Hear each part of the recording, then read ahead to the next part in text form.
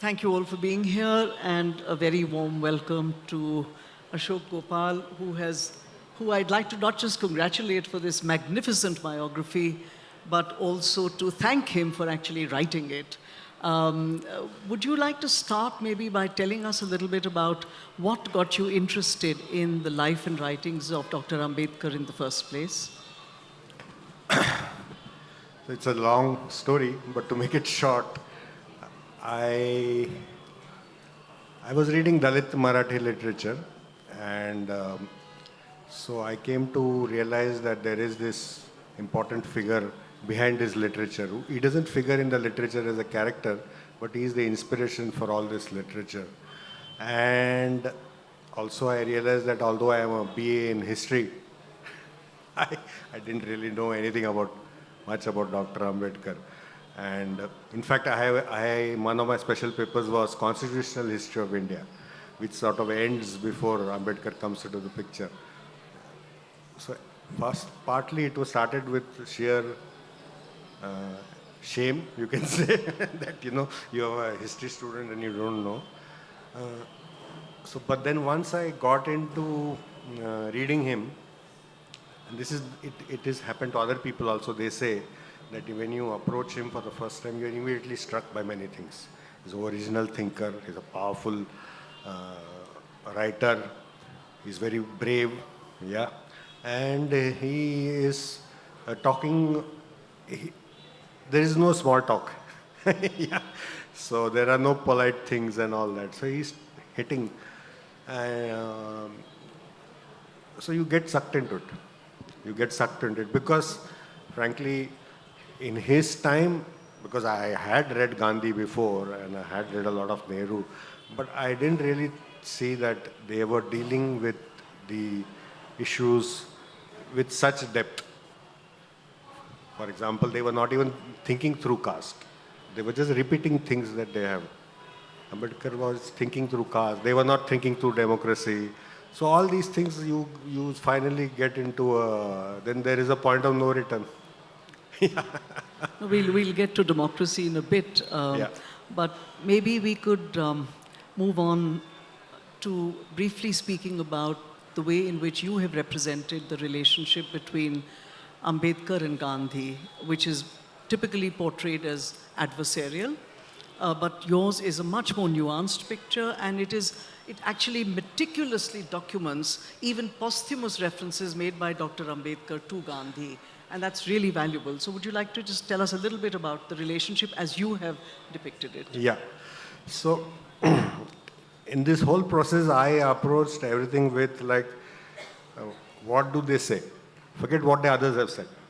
Forget what A, B, and C have said about this relationship. What does Ambedkar say? What does Gandhi say? Just stick to that, like a good journalist habit, Just stick to what they say.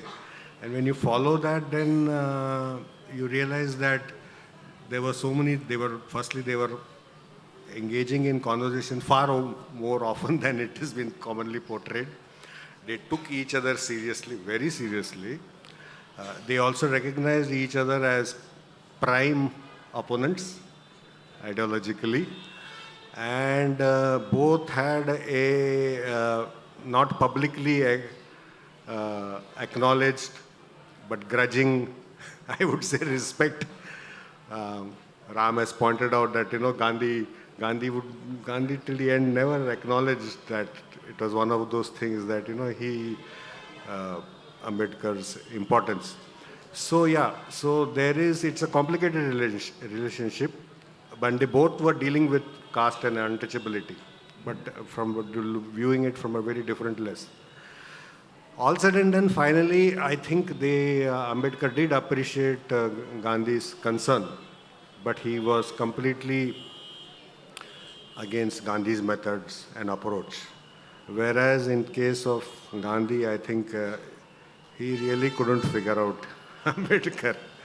For many reasons, it could be age difference and it could be other things. It could be as simple a thing as nobody had spoken to Gandhi that way before. Nobody would speak to Gandhi that way before, challenging him in public and all that. So I suppose everybody is human, and I think that kind of emotional undercurrent also affected the, like, who's this man to tell me, etc. I don't know, but there is definitely a grudging mutual respect. And just as a footnote to that, would you like to comment briefly on something that you mention from time to time but don't actually analyze in the book, which is the relationship with Nehru? Yeah. So the relationship with Nehru is even more complicated because on paper they have the same ideological outlook.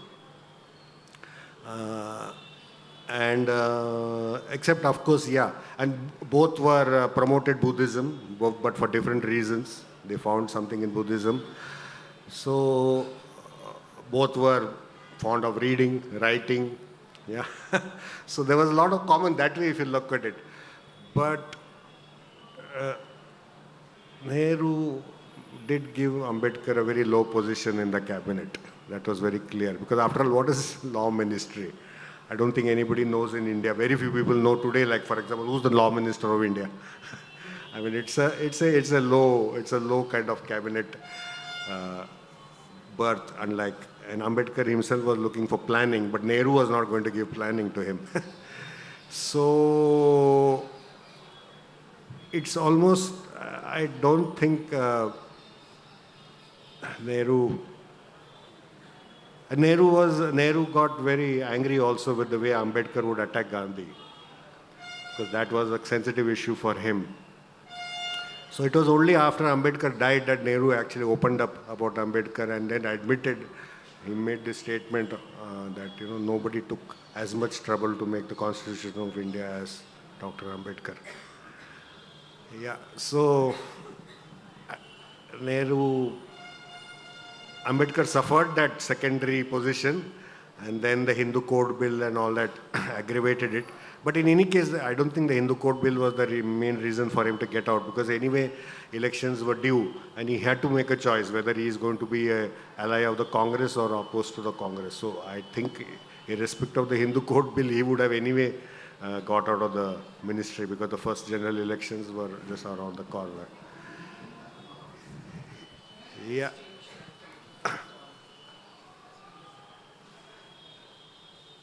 Yeah, these things have a habit of not working.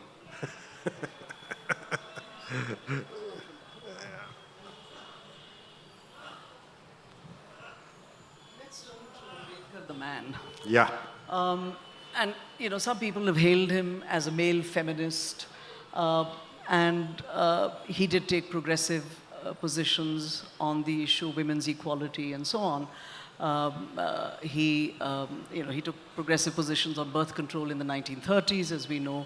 So, but at the same time, his own relationships with the women in his life were, as you show, extremely complicated.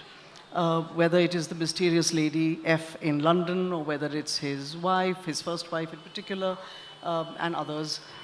Would you like to tell us a little bit more about Ambedkar and women? So the first wife was child marriage. It was child marriage. He had no choice on the matter, and she was uneducated. And he wrote about this, but without mentioning his marriage, that the ill effects of child marriage. So, and she was very devout, and he felt very sorry that he had not taken good care of her. She was in ill health for most of her life. So that was, after she passed away, he really had he writes in one of his letters, it's very touching and painful, that he actually has no way of even having women friends or coming to know women. I mean, the kind of women he would have liked to talk to, like, educated women, well-read women. So there was no way that was going to happen with him. He had this friend in England, they were close friends, and they read the Bible together and all that. It appears that she had harbored some hopes of marrying him, and it appears that he said, no, because of my position in India, we can't have that, or whatever. We don't know what he told her. So Yes, as a in terms level of ideas, he was progressive and champion of many causes. But at the same time, he was a product of his time, and so therefore, in that sense, he was conservative Indian male.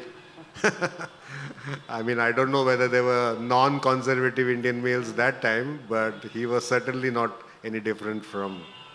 So he did have expectations about what a woman should do and what she shouldn't do, and he was not very fond of women getting into public life and things like that. But at that same time, he said that the success of a movement is judged by the number of women who are sitting in the audience.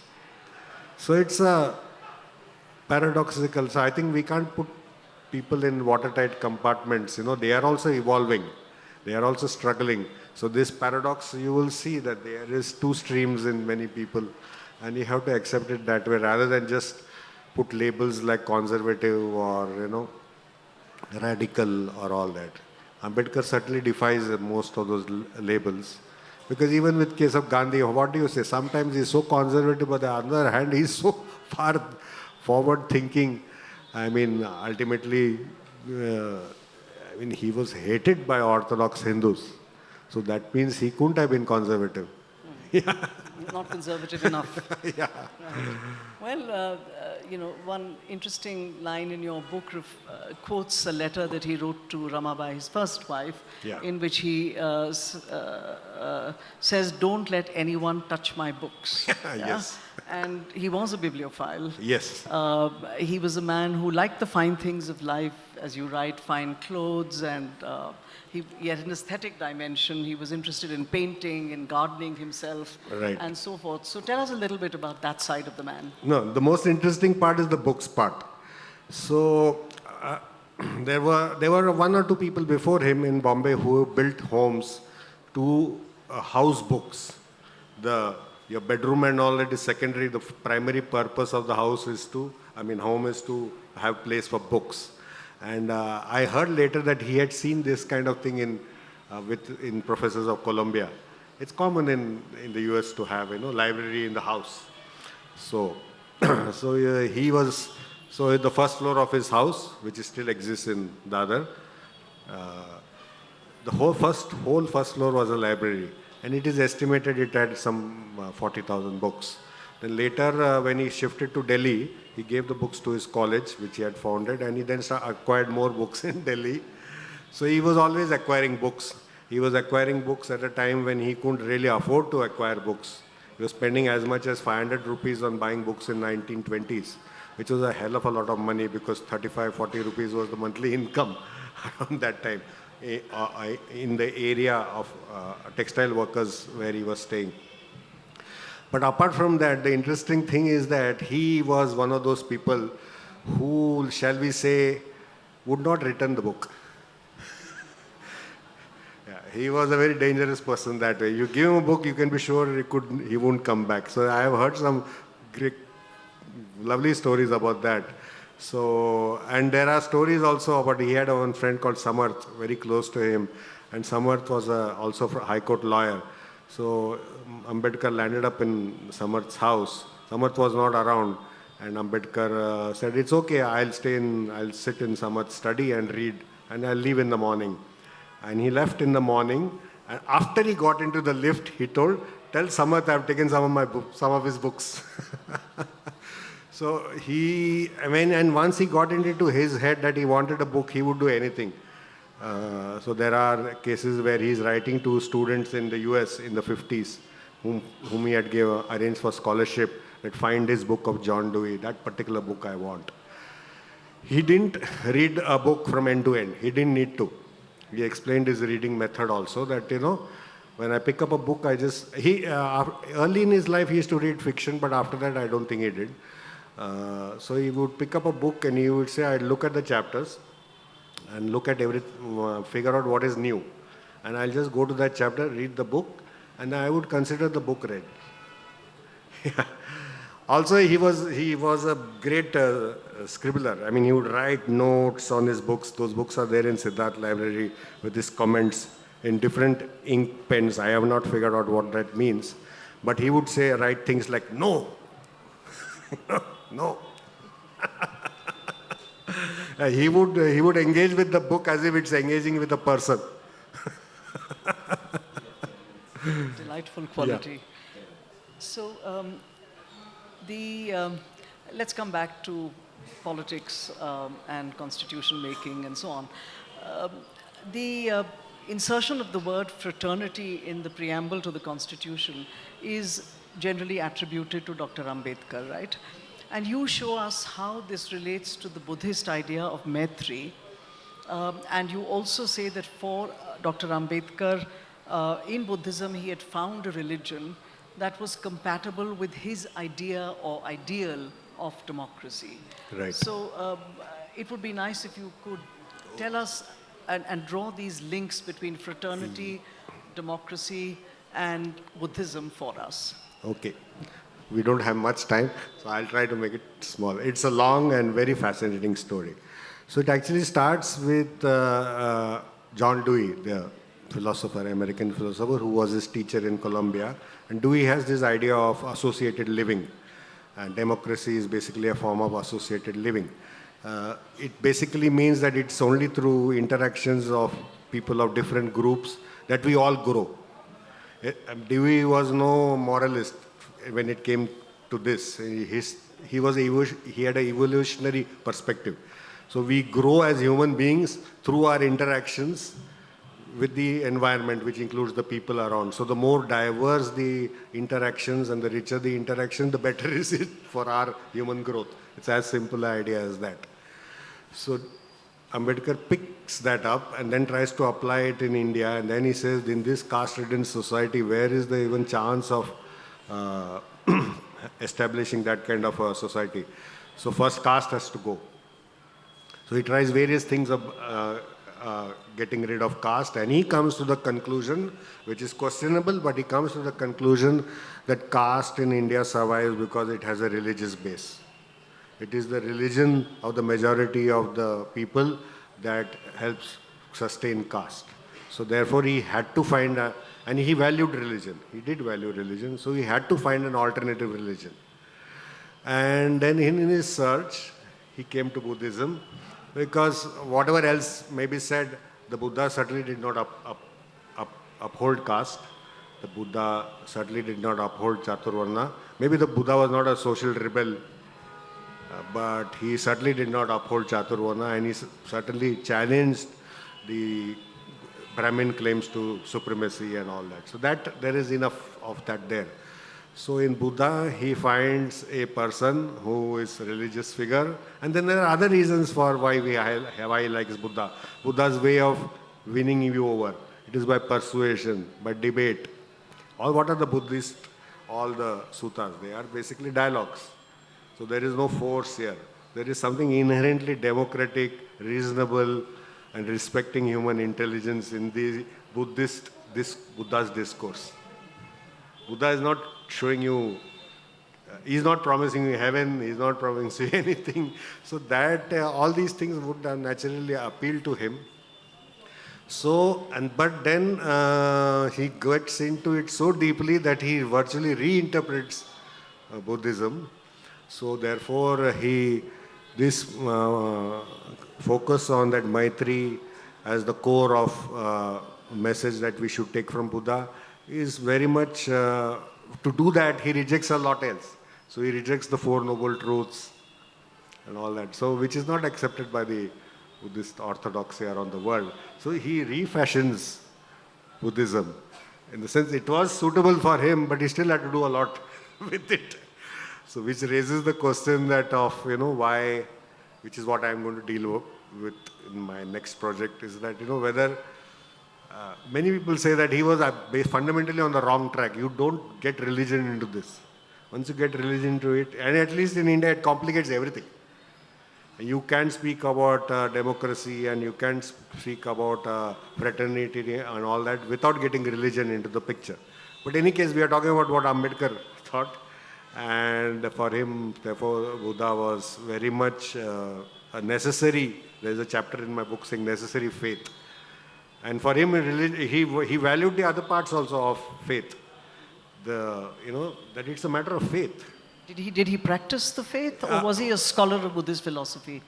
No, he did have statue, he did pray, yeah. He did chant the prayers, yeah. I mean, faith, it is for him, it was faith, but not in that sort of blind faith and superstition and all that, but faith, yes. I mean, it's a leap of faith. I choose to believe, and he demanded that commitments in the mass conversion in Nagpur, that you have to take these oaths. From tomorrow, I'm going to be a different kind of person. This is a leap of faith. I mean, in the sense, I'm deciding it's not a cognitive process. There is one emotional commitment I'm making. It's very strong. I have not figured it out. I mean, in the sense, I have not figured it out in the sense that I can understand it intellectually, but the depth of this commitment is something beyond me. Yeah. Thank you. We have now sort of getting close to our time, but I did want to ask you, what would Dr. Ambedkar, you think, have made of Indian democracy as we know it today? I mean, the closing speech at the Constituent Assembly in November 1949, that political democracy, is only one form of political equality, but social and economic inequality, if not realized, will lead to the implosion of political democracy. Similarly, constitutional morality. Similarly, bhakti in politics. Right. Those were the cautions that he gave us on. And we have all of it. So what would he have made of it? So his one proposition that political democracy would not survive if we don't have social democracy, that has been plainly proved wrong. We now know political democracy can survive in various ways. At least some sort of structural things could be there, and there would be a show. You could have a show of democracy in a society of great inequality and hate and injustice and everything. So that one prediction, we could say he has been proved wrong. Because after all, we must remember that whatever is happening, whoever is doing it, they still want to keep up the pretense of a democracy. Nobody is saying, let's dump this. They do want to keep up there's a value. Democracy serves many purposes, it seems. So that I don't know how he would have taken this, that he has been proved wrong. But however, we can only go by what his thoughts. We can't say he would have become a different kind of person. That's unhistorical. But so he was a constitutionalist. So I think that way he would have remained committed to the idea of a constitution. Maybe he would have accepted changes and all that, but that, the constitution, and he was a statist also. He believed that the state has to have an important role. There is no indication that he would have changed his stands on that. So that way he was very different from Gandhi, who was not a statist. So, he would have continued to uphold the idea of a constitution. And of course, he would have been even in his time, he was very unhappy with the way the constitution was being frequently changed and all that. So he would have constitutional morality, he would have had so much to say, because there is absolutely, forget the rest, but even especially all these various constitutional functionaries who live in large palatial Raj Bhavans, what kind of constitutional morality are they displaying? And he expected them to be only naam ke vaste, figureheads. Yeah, they are acting like chief ministers. Yes. Thank you, Ashok. I wish we could have had a longer conversation, but this is all the time we have today. And thank you for the conversation. Thank you for writing this magnificent book. Thank you. Thank you very much.